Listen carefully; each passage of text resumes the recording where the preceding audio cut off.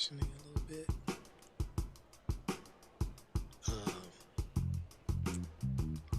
Definitely looking like a hostage. I'm looking like a hostage.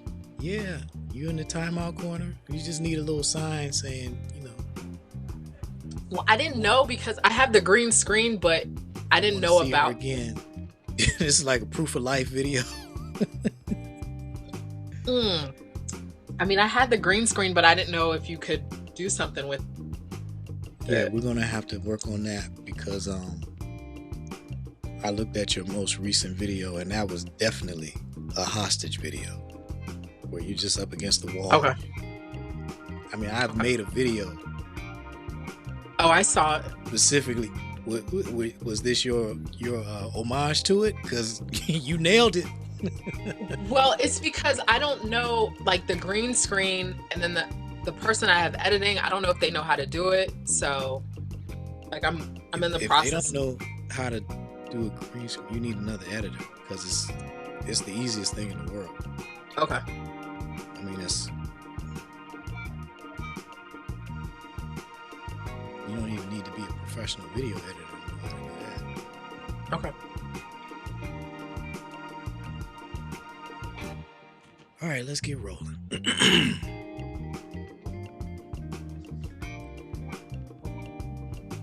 Don't be mean mugging me.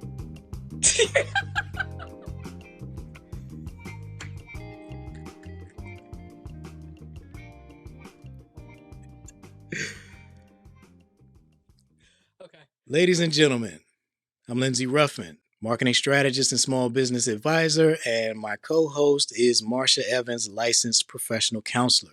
Welcome to the Mind Your Business show where we help you get your mind right so you can get your money right. This evening, we're going to be discussing money blocks. Money blocks is something that I encounter all the time in my work as a business coach when people come to me to get help growing a business. Specifically, I work now with only with chefs, and many of these people who come to me have 20 years, 30 years experience. Sometimes some have had a little bit more than that, and they have no confidence in their ability to earn money. They're not confident in charging what they're worth. So when I will say something as simple as, okay, we're going to start your cooking show, we're going to build a paid membership community for you, and you're going to charge folks $50 a month to for access to your online cooking community where you're teaching them how to cook. Well, why would anybody pay me that much? With $50 a month, this is not a lot of money for any chef, certainly not for somebody who has 20, 25, 30 years of experience. And this is something that I see over and over and over and over again. These professionals who have been trained at the highest levels, they've worked in restaurants, hotel kitchens, commercial kitchens at the highest level.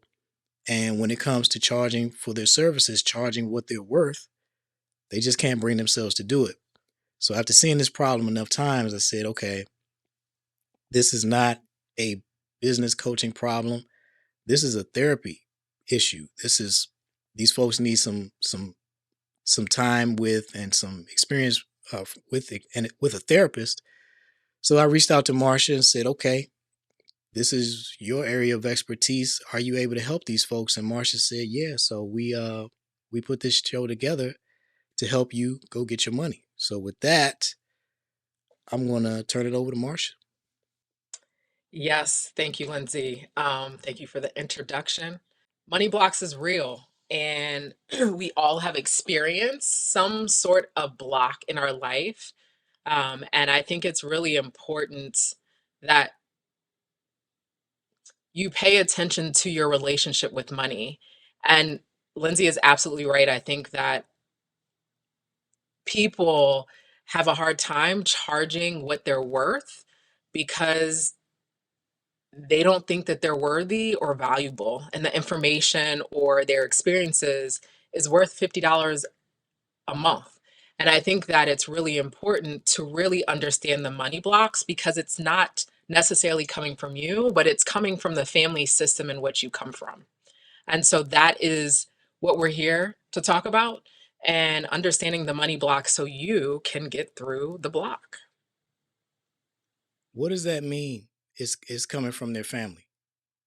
It's coming from the family. What that means is we all come from this morphogenic field, all of us. So that's energy, right? We all come from this field, and which our parents, grandparents, um, and all the other generations behind your grandparents. We all come from this field within our family system, and the generations before us actually make choices for us in our current generation. So if we think about the relationship that your parents had with money, where did they have a poverty mindset, a scarcity mindset? Did they talk to you about money? It really predicts how you dance with money. And so if you just sit with how your parents, your grandparents dance with money, that can tell you, that can be an indicator for why you may have a money block. What do you poverty mindset, scarcity mindset? What is this? Ye So poverty mindset and scarcity mindset is, if in a nutshell, is a mindset that there's lack. You're thinking of lack, or you're thinking from, let's say, if we think about a number scale, a number line from 0 to 10, you're actually in the negative. So if you're thinking in the negative, the red, and if you're thinking in the red of, hey, let me, what is it? Rob Paul to pay Peter. Is that right? I Peter don't, to pay Paul.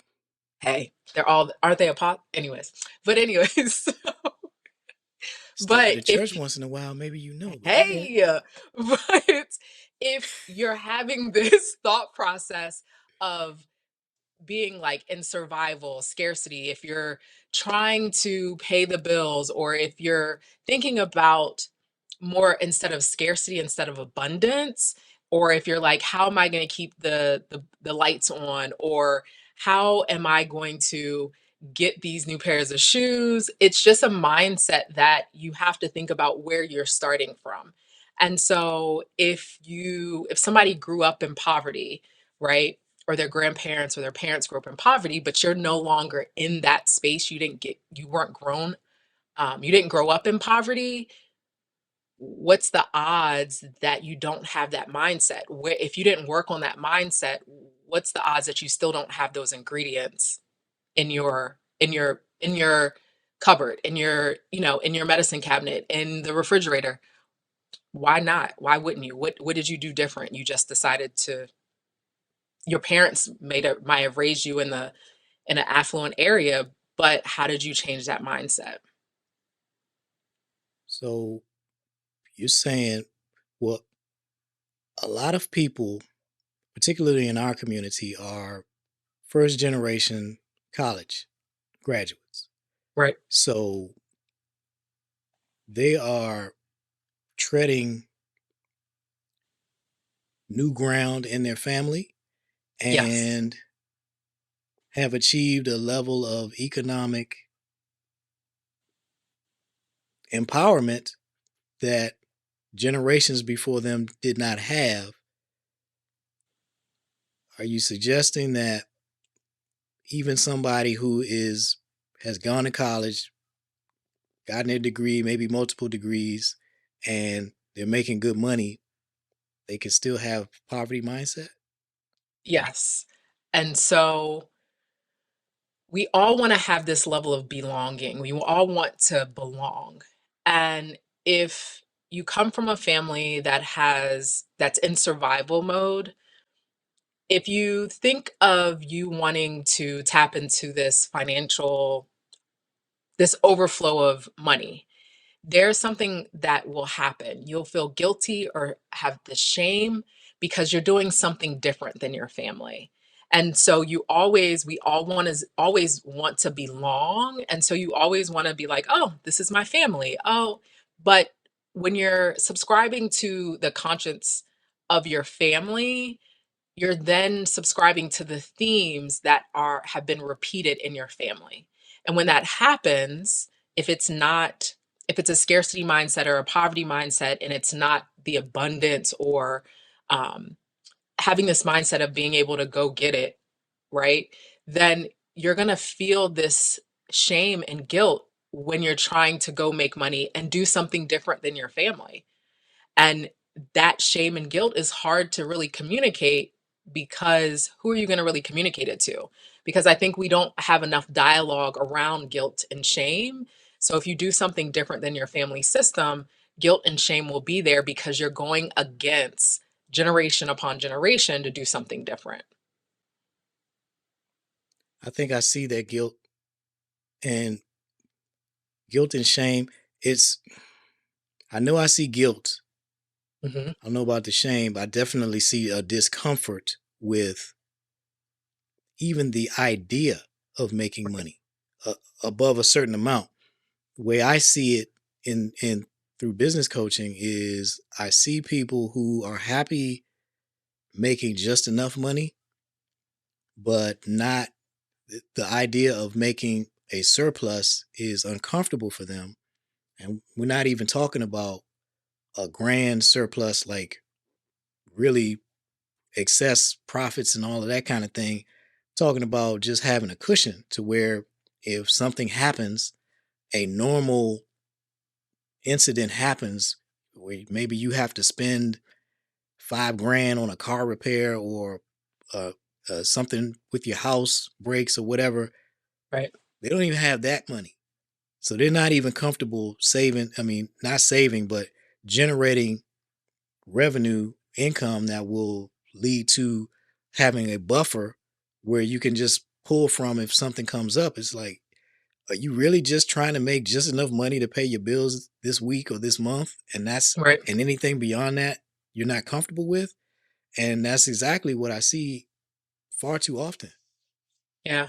No, I can even talk about, one of the things is like unsubscribing to my family's themes, the guilt that was put on me because I wanted to live different and I didn't want to work 60, 70 hours a week.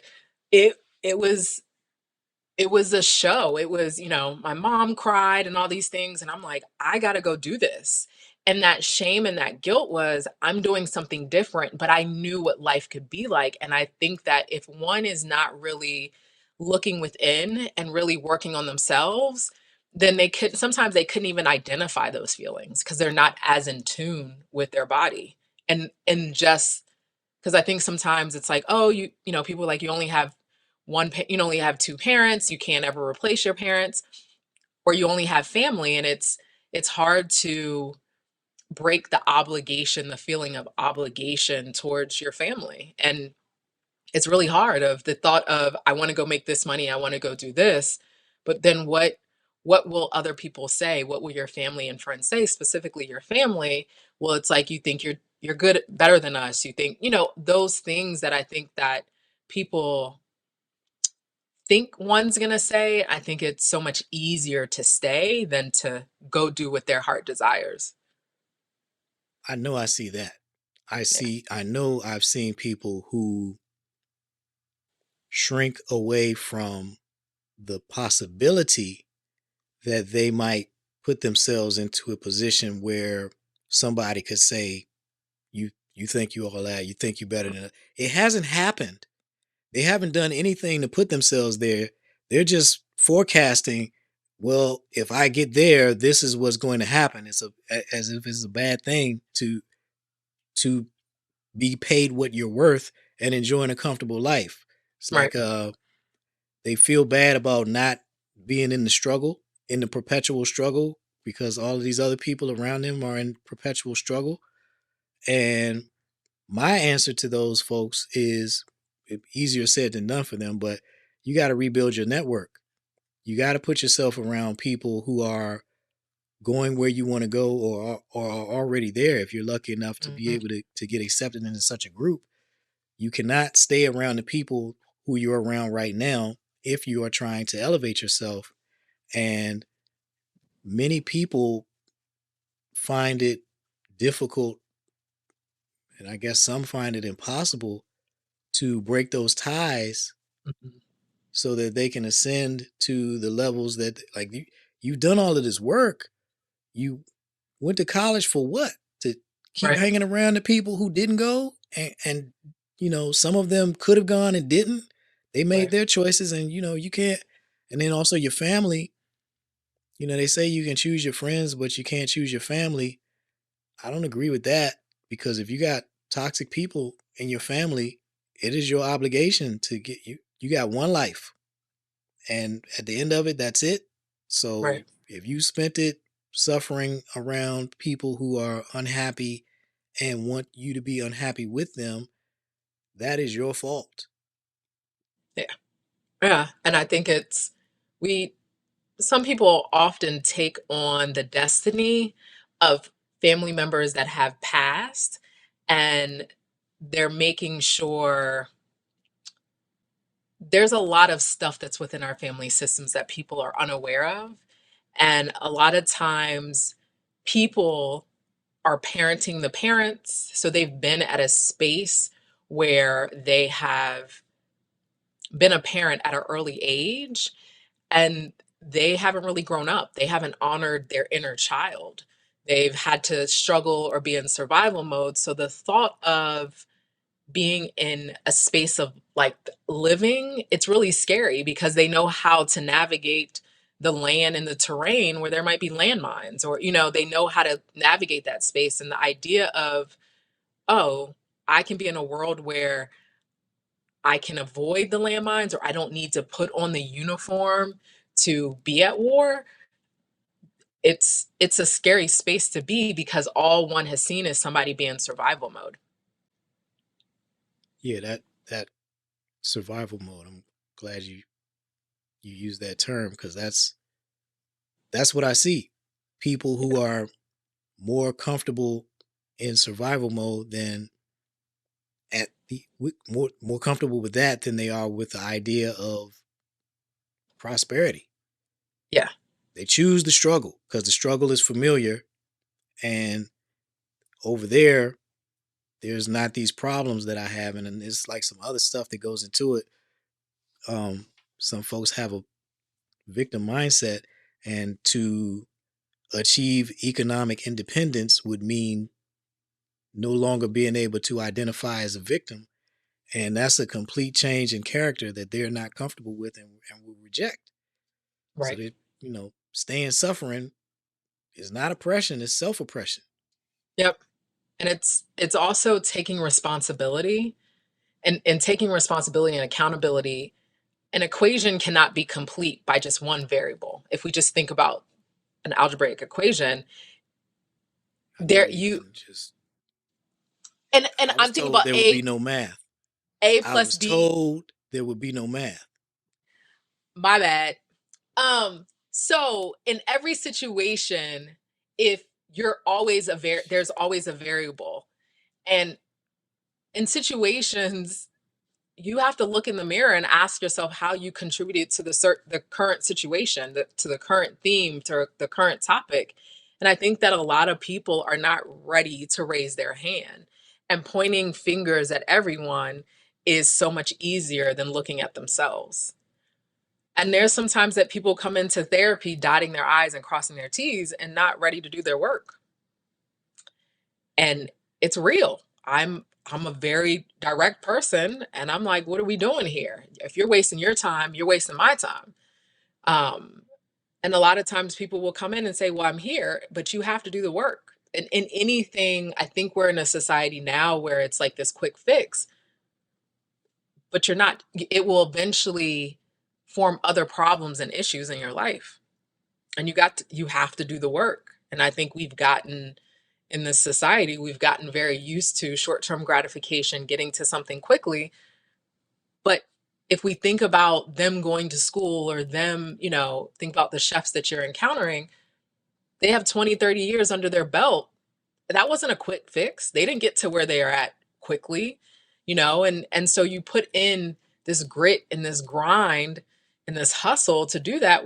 Where are you getting where do you have the opportunity to just kind of relax and share your gifts the way you want to? You don't always have to grind. And I think there's so much around this grind culture, um, that one subscribes to because they think that that gives them results. Right. Yeah. Well, so with the folks that I'm working with, that opportunity to relax and share their gifts is a cooking show. That's what they come to me for. This is where they get to do what they love. Many of these Hmm. folks are have spent decades spending long hours in hot kitchens on their feet all day, or some of them run catering businesses that are, as catering is a physically demanding business, and they know they can't do it forever. They still love to cook, they still love to entertain and educate people, but they cannot keep doing it the way they're currently doing it because it's just too physically demanding. And so the cooking show, it it seems like the perfect option until the money comes in, where they can see how much faster they can make so much more money with a cooking show, Right. and it scares the hell out of a lot of people. They see when I explain my process, here's how you build the cooking show, build your audience, and then this is all you have to charge, and then you just keep growing your audience, and as more people join your community, join your cooking classes, your revenue goes up and up, and people like the idea of it.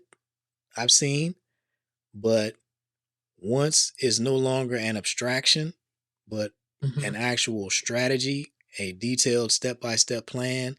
If you do this and then you do this and then you do this, this is where you will end up, which is where they said they wanted to go.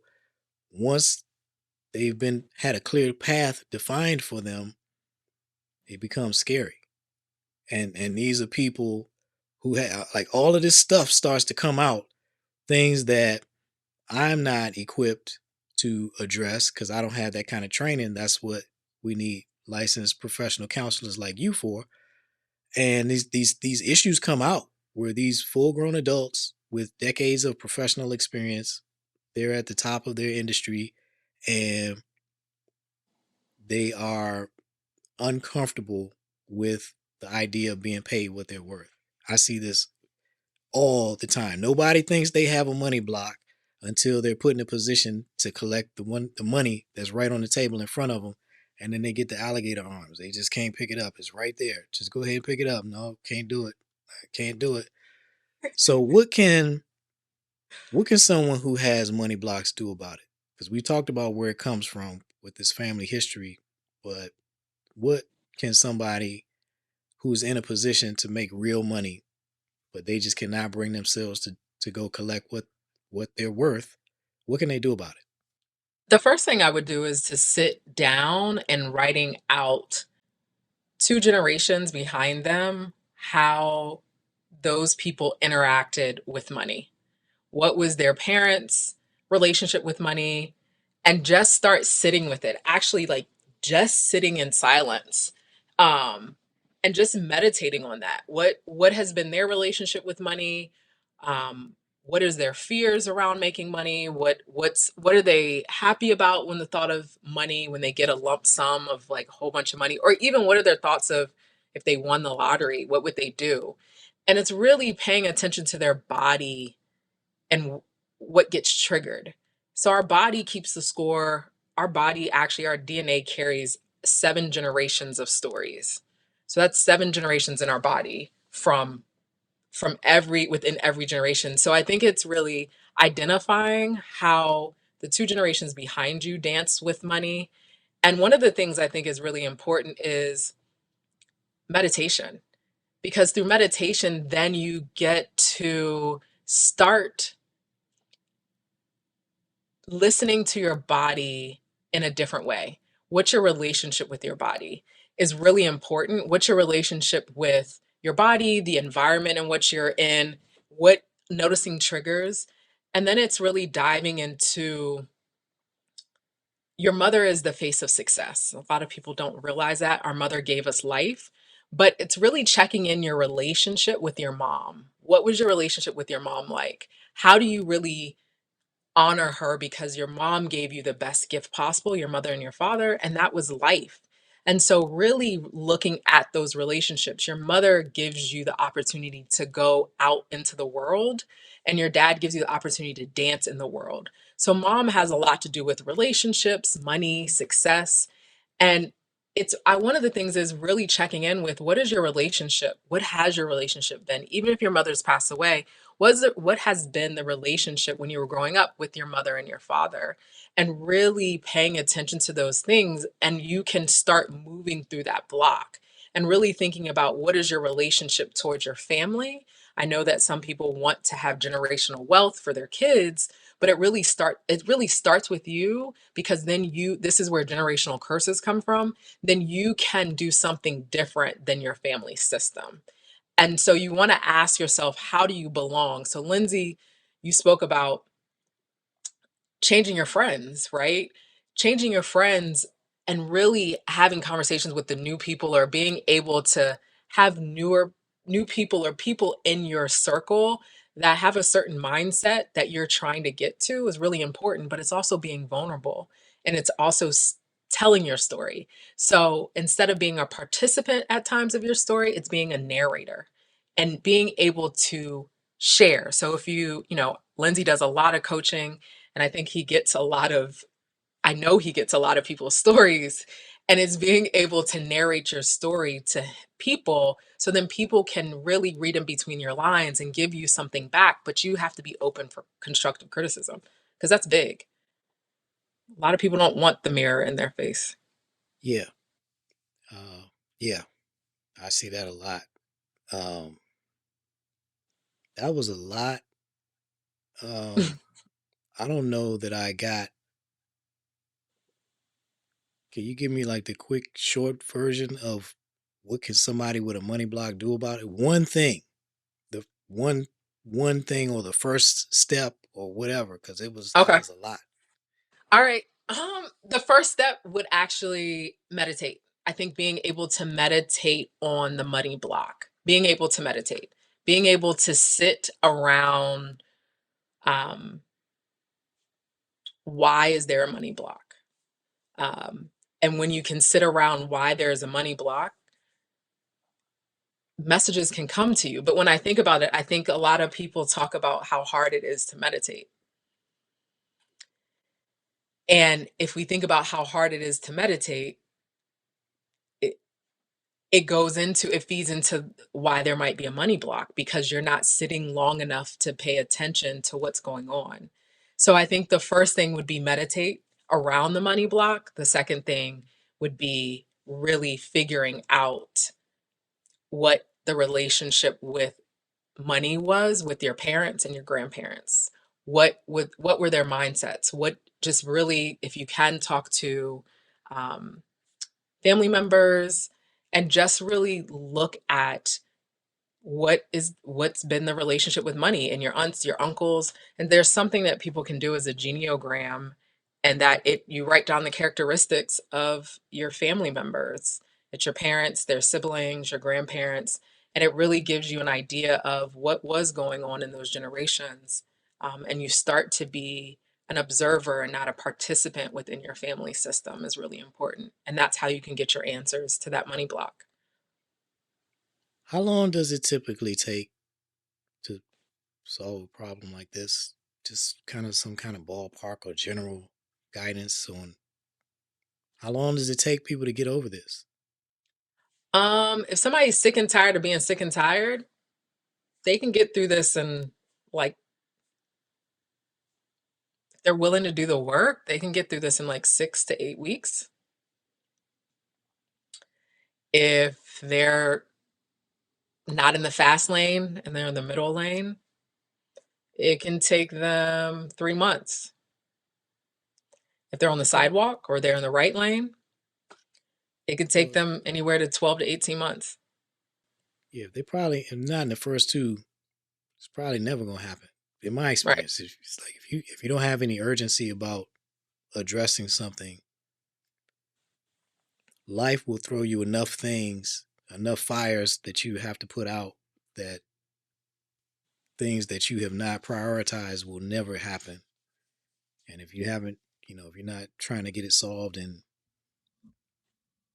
90 days or 4 or 5 months, if you don't have that kind of urgency about it, it's probably never going to happen. The reason I chose this topic is for, well, it's a number of reasons.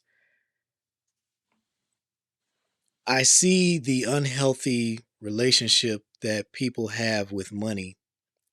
One of the phrases that I've heard way too many times, and it's always from women business owners. Male business owners have money blocks as well. I've seen that, but women have them. It's more common with women, and women are the only ones I've ever heard say, I don't want to make too much money. That was their concern. When we start talking about, they tell me, I always get folks' background. Tell me about yourself. Tell me about your business. And they tell me all of these things that they've done, the experience they have, the training they've had, what they've done in their career. And then I go, okay, that's a lot. That's a lot. You have a very high earning power, earning capacity. And here are the ways we can monetize your knowledge. We're in the knowledge economy now, where anybody can sell their expertise online and make a lot of money. And when we start going down the numbers of what they can make, I've heard too many times, I don't want to make too much money. I don't want to make too much money. And again, this is from people who are not currently financially secure. Because I always ask them, okay, you don't want to make too much money. Are you able to retire? If you Mhm. do you have enough money to retire now? No.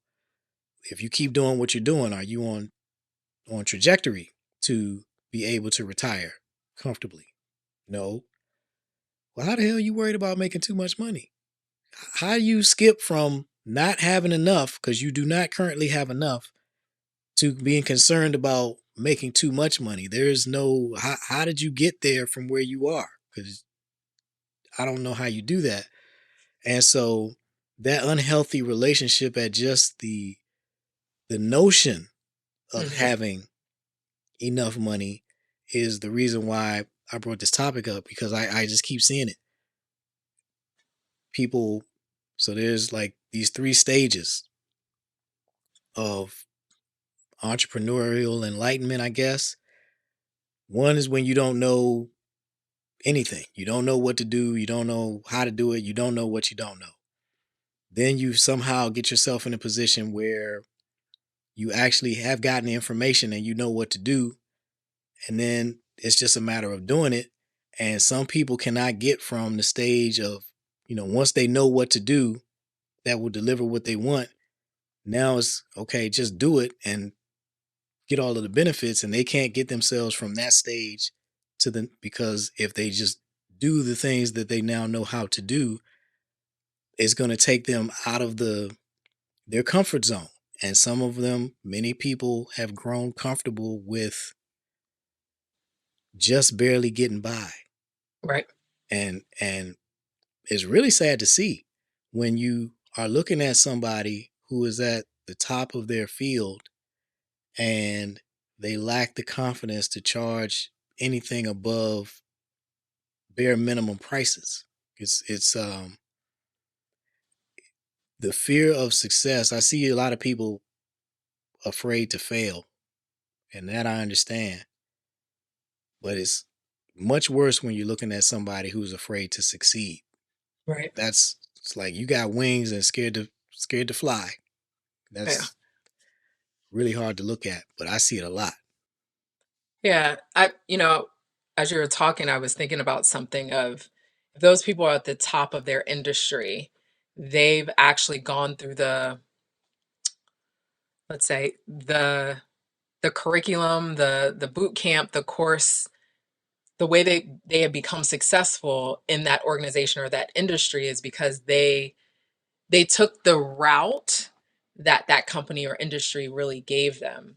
And I'm just wondering if some of them are so fearful and not really, I feel like they're not understanding their power, but I'm wondering if you got somebody that was younger that might not have Well, had 20 or 30 years. so the challenge with them is they don't have. So my job is easy when I deal with people in my peer group, Generation X and above, because these people have been around. They have a lot of skill. They just don't know how to sell it on the internet. Hmm.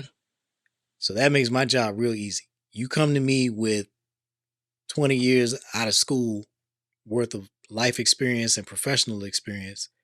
You know something well Right. enough that I can show you how to make money off of that in 30 days. Because there are people who would love to pay you to have a 10-minute conversation that's going to save them 6 months of trying to do research. You can just tell them the answer. Right. Uh, People of a certain age have that ability. That's just what comes, that's wisdom. So the younger folks that you're talking about, I don't have any experience working with them.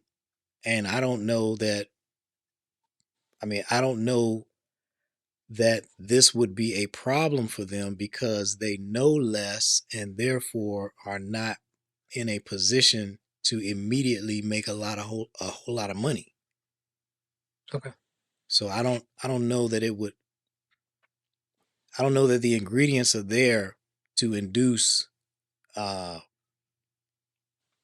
the anxiety about prosperity because they don't have what it takes to immediately catapult themselves into a different income bracket the way experienced professionals do. Right. And so I ask, when I think about that as well, is I think the experienced professional, there's a part of them that's the little kid. Like when you give them the assignment of doing a $50 a month course, what happens? Do they turn into a little kid or do they become resistant and they're fighting you? They they immediately start questioning their value. It's like they forget all that they've done. It's like we talking about $50 a month, and then I have to break it down to them. Like that's $12.50 a week. That's if you were teaching a class, like you've taught people something at some point in your life. Hmm. Would you teach a class for $12? Oh, of course not. Well, that's what we're talking about here. You're charging $50 a month, which is $12.50 a week, and sometimes these uh these chefs are already teaching cooking classes in person, but they're charging more but making less. So let's say they're charging 80 to $100 a class, and they will get, you know, 5 to 10 people, maybe 12, something like that. And it's once a month or once a quarter. So they're already teaching and making money, and the price point is actually higher than what I'm charging. Is actually significantly higher because if you're charging $80 for a cooking class, they come, they get that one class, and that's it. If you charge $50 a month, and the way I train my chefs, they're getting weekly training. So they're Hmm. actually, instead of paying $80 for one class, they're paying $12.50 per class, Right. and they're getting actually more than what they would. But what happens is when you take it from the real world and take it online, now you can scale up. So now you're not having a class with 5 or 10 people in it. Your class is open to anybody in the world who can pay in US dollars. But let's Right. just say the United States. So now you can have two or 300 or 500 people in your community paying you $50 a month. That money adds up. And that's where the discomfort comes from. They're okay with the idea of teaching and buying a bunch of food and all of this stuff to where they're making just a, a profit that they're comfortable with. But when you talk about scaling it up, doing the same amount of effort and servicing many, many, many more people and getting paid from many, many, many more people, that's where the resistance comes in, and the concerns about too much money or all that's where that kind of stuff comes in. When I show them how they can do what they're doing and make more money, significantly more money, that's where the resistance comes Yeah. I think it's also when one climbs a ladder within their industry, I think a lot of times some of it is proving people wrong, or it's, I have to do this, or the lack of acknowledgement. And now they're doing something that they desire, that they're passionate about. A lot of times people are not all the time, but are not in industries that they're passionate about. And there's this underlying like theme of I had to prove myself to my parents, or I had to show that I was intelligent, or somebody didn't see me and I have to work so hard to make myself feel good and then to show them and prove people wrong. And so then the idea of I'm passionate about cooking or I'm a passionate about these things, nobody really cultivated that desire and passionate feeling. If we think about when we were younger, there's movies that talks about, there's a character that wants to study art and the parents are like, you can't study art, it's not going to make money. But I think it also boils down to of how do you cultivate your desire and passion? How do you really engage in it and really have this different relationship with it? Because the relationship is different than you climbing the ladder in corporate. Yeah, you have this experience, but you're passionate about this. And so it needs there's different ingredients in that success, because you're not trying to prove a point. You're just trying to show up for something that you're passionate and that you desire and that you really enjoy doing. Okay.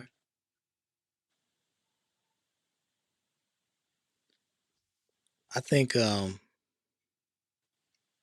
think we've covered this sufficiently, at least today.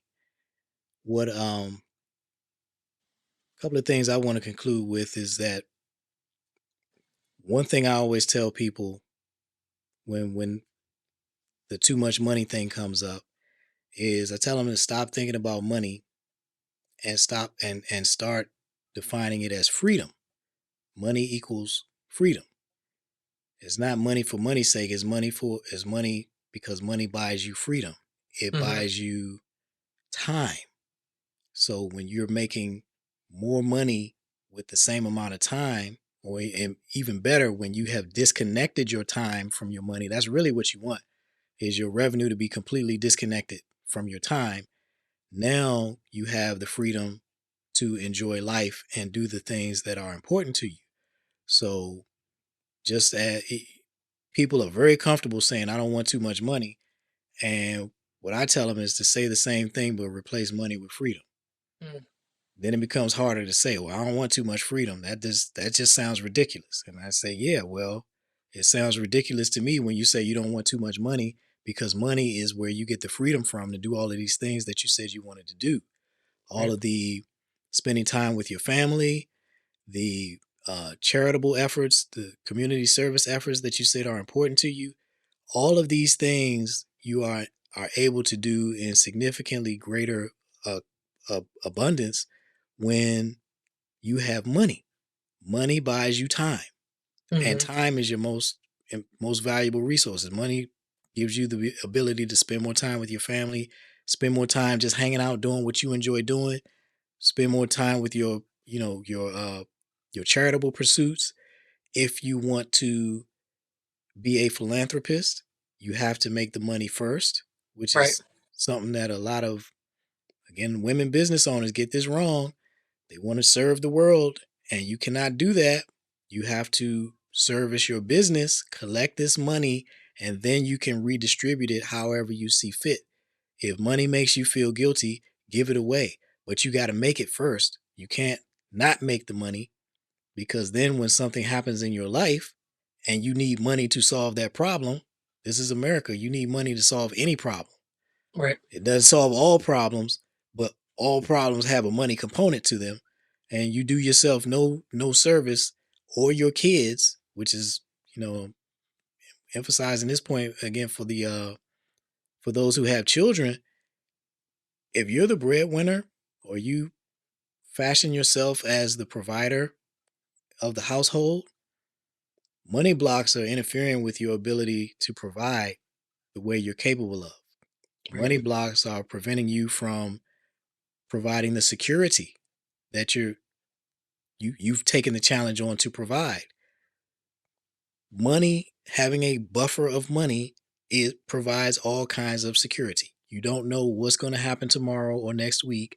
So having a mindset that you want to make just enough does not put your family in a good position when something unforeseen happens that you had no control over.